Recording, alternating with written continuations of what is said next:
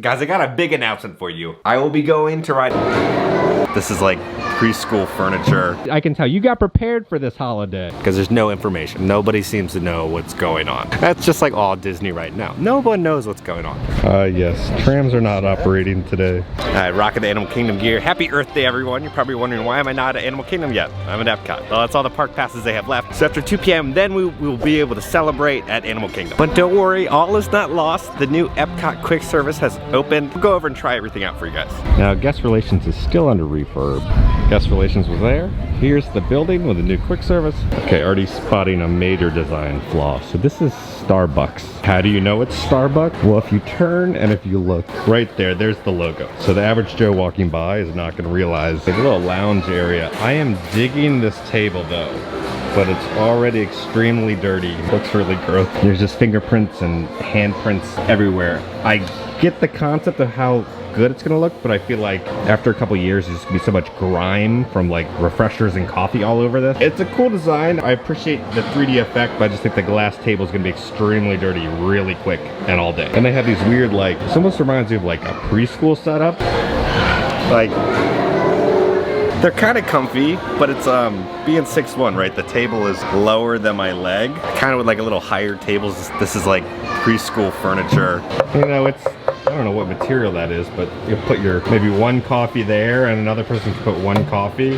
So not too much, that's the size of my hand, so not too much room for stuff. But so this is the blueprint to the original Epcot that Walt Disney was gonna build. And it was gonna be like a community. So I love that little Easter egg that they threw in there. A lot of room. Normally the Starbucks are like cramped. This one is finally kind of made to be a Starbucks. Interesting design for the menu. Most of the menu is just kind of stainless steel, and there's a little bit of menu on each side. They have special Starbucks pins for each park. I didn't know they had those. And then they have the kind of ceramic cup with Olaf on there. So Starbucks, we're looking at $25 for that. And then they also have the 50th anniversary drinks. You have a mug. This is $50. Yeah. And then this is actually kind of nice. Kind of reminds me of Spaceship Earth, but you're looking at $30 for this 50th anniversary mug. Here's a little shot of the counter. A lot of room to work with for the cast members. And I did the display counter. It's a large display counter. Feels like this should be raised up a lot higher, but you get a look at all the treats and everything. To the side here, they have, you know where you should get your creams and sugars? Is that in here? Oh no, is that plastic? Oh, but I think stuff's supposed to be in there. The straws, napkins, I don't know what's supposed to be in there. Over here, you sit on wood. I don't know what that is, but that's straight up wood. Now, very wide open. This is great for all the employees because they were literally working out of like a little shoebox. A lot of open area. They have enough room to finally work and make it efficient at Starbucks. I'm sitting on wood. Now, my Starbucks order, strawberry lemonade refresher, light ice. You gotta get the light ice. Oh yeah. All right, so they offer waffles here. I've never had a Starbucks waffle before. I thought it was gonna be warmed up. It's not. Cold. So if you do come, ask to have it warmed up. I don't know what that is on the bottom there, but there's like sugar crystals in the middle of the waffle. It's fine. I think it'd be a lot better if it was warmed up. 7 out of 10 on that waffle. They do have some nice like plants. It almost feels like a mall. It kind of reminds me of a mall. But there's just too much open area. There's this really cool, it almost looks like gummies. Weird light fixture, but it just looks like these giant circles of gummies. Interesting. Now they do have an open kitchen concept, which I love. I always love when Disney does that. So the quick service is around the corner, and the giant open kitchen feels like a giant fish tank or something. You can see the cast members making pizza.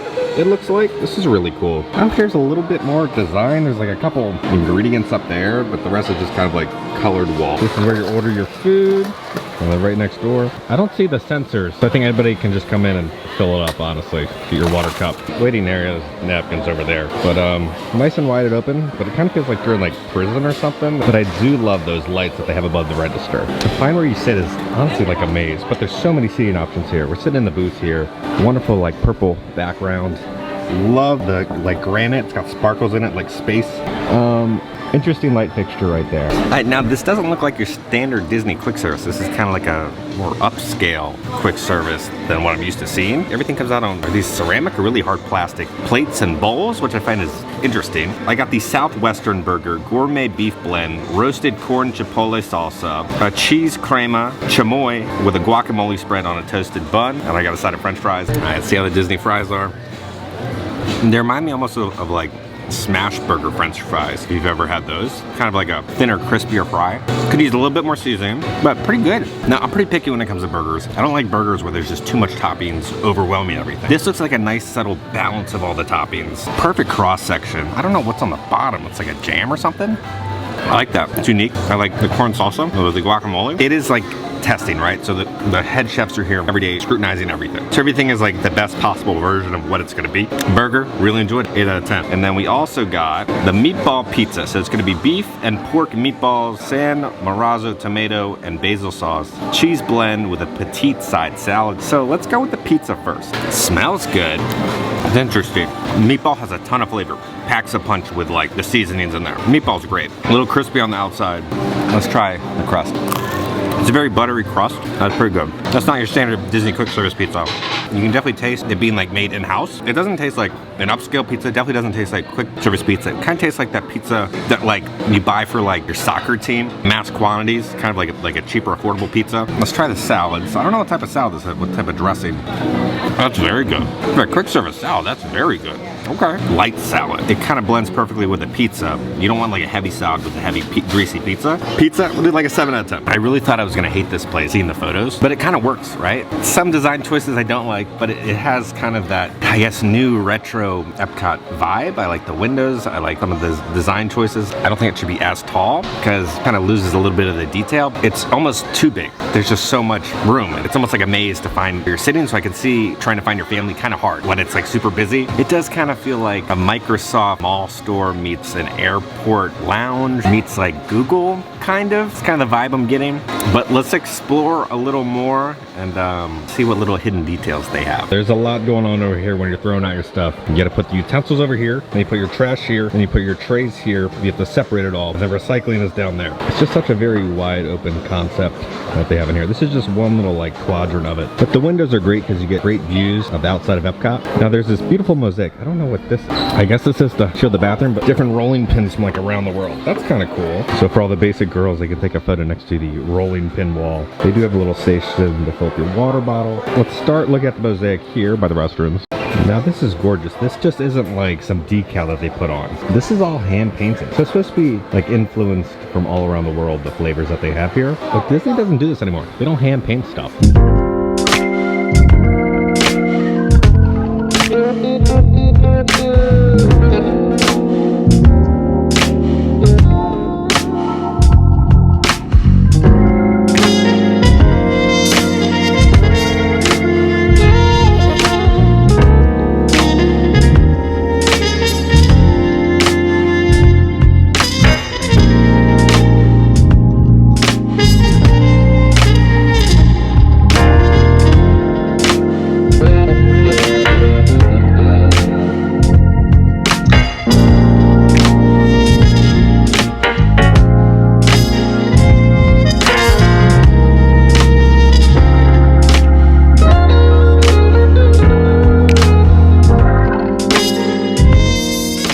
Around like half the building. I love it so much.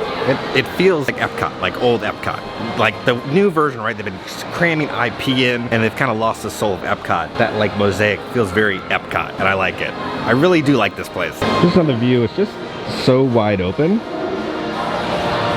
Now if you've ever been to Pim's Test Kitchen in Disneyland, there's like the pretzels get changed with the Pim particles from like smaller to bigger and they go through a machine that looks like that. That's all I think about when I see that. And since we're over here by Starbucks, they have all these different like coffee pots and coffee makers from around the world and probably throughout history. Again, this is kind of a great Epcot nod to like the world showcase, right? Showing the different cultures. This is really cool.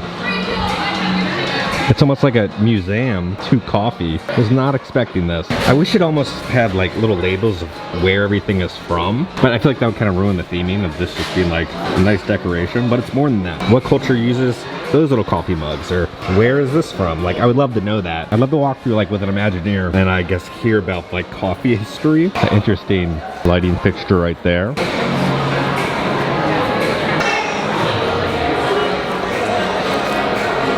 We have another little open kitchen over here, so you can see them making the waffles right there. And there they are. That's the waffle that I had earlier. weird walls that are kind of changing colors. It's like reflective. And I can kind of see through to the other side. That is funky. It almost looks like, what is it, Astrojet? What's like the lightest material on Earth that you can kind of like see through? That's what this kind of reminds me of. The place is just so big. I like the soundtrack that they have. So the rolling pin wall, there's just these random like, what is it?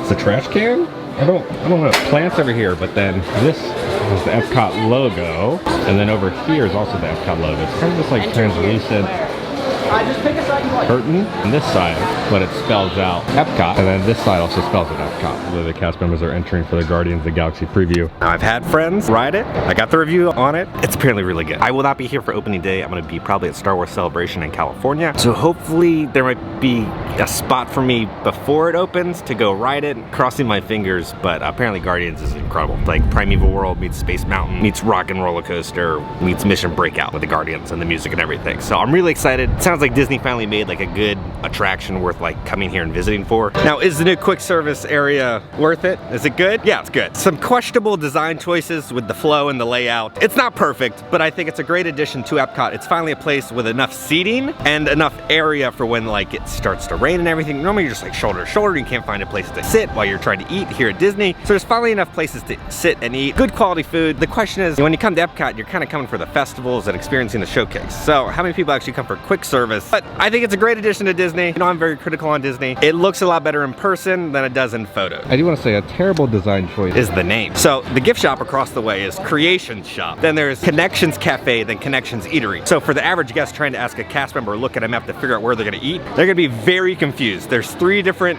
places that start with C right next to each other. I think that was a terrible design choice with picking out those names. You know what? There's actually a 4th, Club Cool. You have 4 places that start with a C next to each other. Let's hop into the Creation Shop real quick. Interesting design choices. If the sleeves aren't long enough, your armpit hair is gonna be showing if you're wearing that. And then down here they have Meg, that says the Muse. And then here we have Dad Bod for Mr. Incredible. Oh, this is a great shirt though. Pagey, Mr. Mar, Mr. Tom Morrow, Space Mountain. Love the design. To the castle and back. What? Oh. I love you. To the castle and back. When it comes to couples t-shirts, you have to be standing on the correct side of each other when you're walking to the park, or you're just going to confuse people. Pluto's out doing a little meet and greet.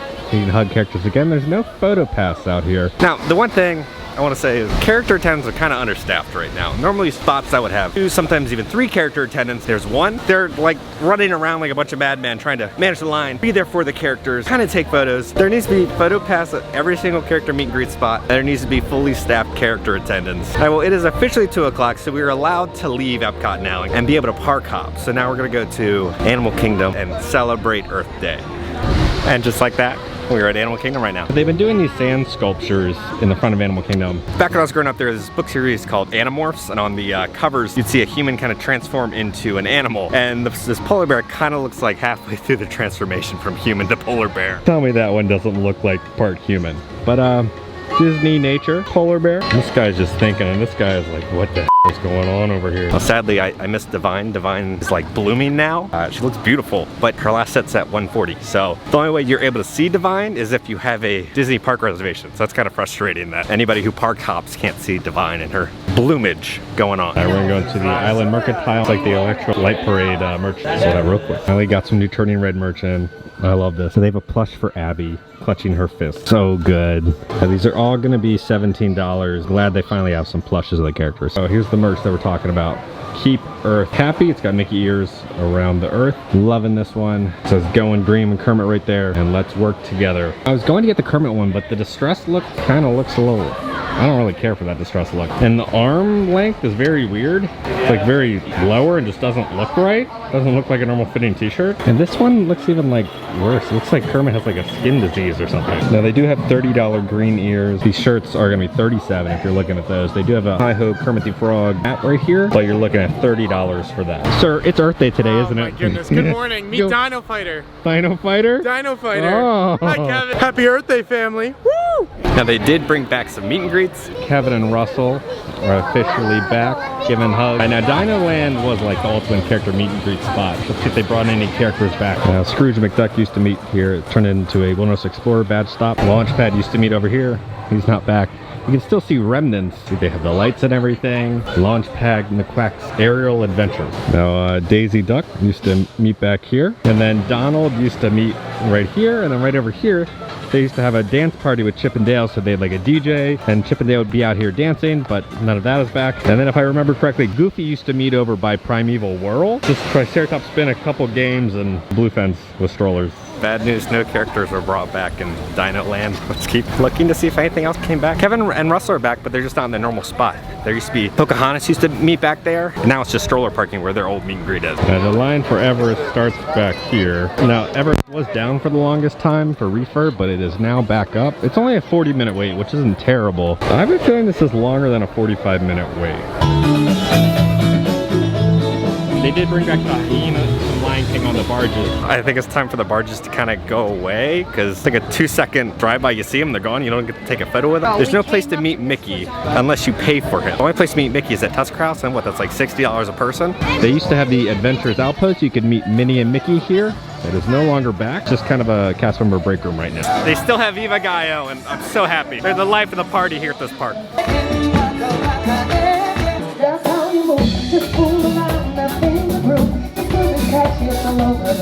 Now this is where Doug and Russell used to meet, but it's just a stroller graveyard. As you can see, it was like themed and everything to them, but I don't know why they put them over where Pokey used to meet.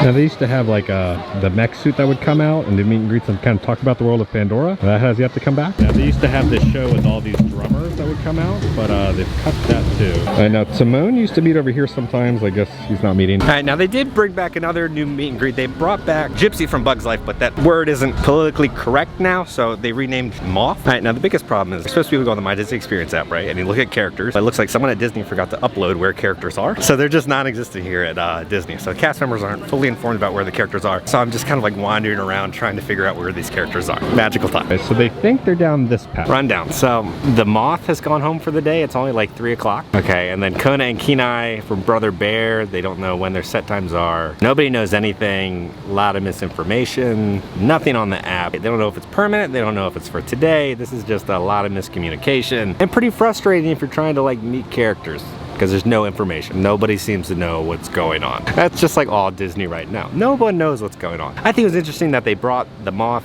back as a character. Out of all the characters to bring back, you know, that were missing, they brought back the Moth. Not Flick. Flick used to have meet and greet here, the Moth. I never thought in a million years I'd be like, I want to meet the Moth. I kind of do. Never met her before, but like I feel like that's more of like a DVC Moonlight Magic kind of character to come out and meet people.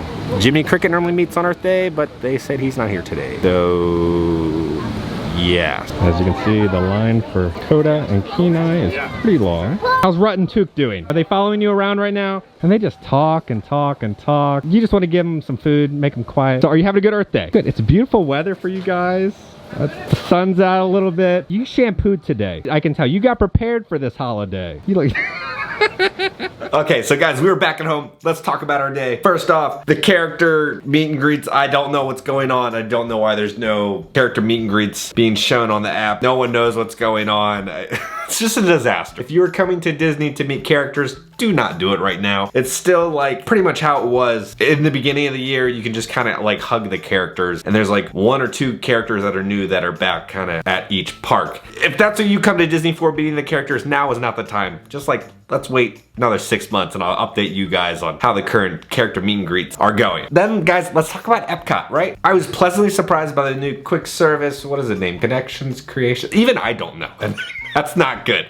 Connections Eatery, Connections Cafe, Club Cool, and the Creation Shop, all within like 100 feet of each other. I don't know how that got passed, but yeah. The original quick service was the electric umbrella. Food always kind of like hurt my stomach, honestly. I do kind of miss that there's no trash can that talks. That was my favorite part about the electric umbrella. But I think the new version of the quick service, a lot of room. I think it looks a lot better in person. It feels very Epcot, and there's no IP forced down your throat. Higher quality food. My only complaint is the design choices were a little wonky in certain parts, and so if you're at Epcot, I highly suggest stopping by and checking it out. Guys, I got a big announcement for you. I will be going to ride Guardians of the Galaxy on my birthday, so we will be there mid-May. I will be able to review it for you guys before opening day. Little rundown for the month. We got a busy month. Okay, so I will be in Disneyland early in May. Then mid-May we have our Guardians preview, and then we have MegaCon, and then I will be flying back out at the end of May for Star Wars Celebration. So May May's gonna be a crazy month. So guys, if you haven't already, hit the subscribe button, join the family. I love the family. And if you enjoyed this video, make sure to hit that like button. It really helps out when you guys do. Let me know down in the comments, what are your thoughts about the current character meet and greets? Are you happy with the current state of them? And what do you think they could improve upon? I think it's crazy that you literally cannot meet Mickey without paying for him in Animal Kingdom. It's very odd to me. Bare minimum, right? Meeting Mickey. Can't even do that. So again, guys, I hope you enjoyed this video. I'll see y'all very soon.